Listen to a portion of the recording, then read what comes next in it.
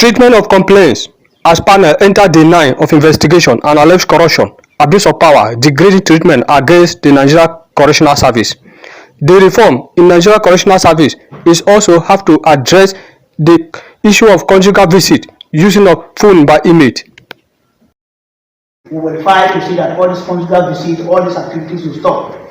So we step in to carry out operations to see that these things should be curtailed from the correctional center. So let me go with number one, training of answers. You see there that the answers were given to almost about 10 inmates, a permission, and that thing was done in the office of the 2IC, of that custodial center, telling them to run POS with their phones.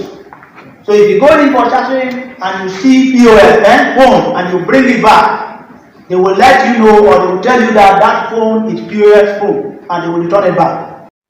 However, the panel addresses the issue of complaints which have to do with controller giving officers query against the laid down rule or procedures of Nigeria Correctional Service rule. Laid down procedures. You give somebody query, the person does not answer. There is a procedure of what to do. You as a controller, sir, with respect, you should know. You give somebody query, they are not what? There is a step you should take. I'm not sure whether you from there you escalate it further. Yes. I don't know whether you did or you did not. He has gone to that station. Okay, controller. You are a public servant and you're bound by the public service rule. Okay? And where there is no clarity in your condition of service, which is actually a modified version of the PSR overrules. Okay? Takes precedence. Let me use the right word, I'm not a lawyer. So, the PSR takes precedence to resolve anything in public service that is not captured in any condition of service. And I'm sitting here, I've really listened. As much as possible, I want to give everybody an audience. And so what they have asked you is very pertinent. Because you are a paramilitary. And so you work on orders.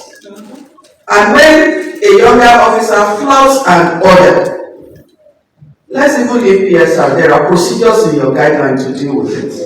So whether the officer is still in station or out of station is answerable to the service, because it's not that decision you're trying to take on the line of discipline is not against you as a person, but more against the service.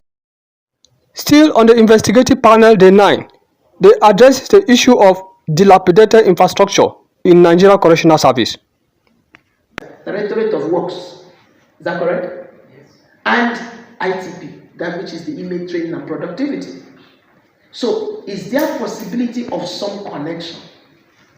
And part of that connection, remember, if you have a maintenance unit in all of the correctional centers, that department can also play a role in terms of oversight. Like if there is some critical thing, they can go there to check and give advice so that this happens, so that the works will not only be about if you just keep building and there is no approach for maintaining, then it is not useful. And I think, given the other point made about maximizing the available resource, so part of the mandate may be not just about maintenance, but to do optimum utilization of available resources.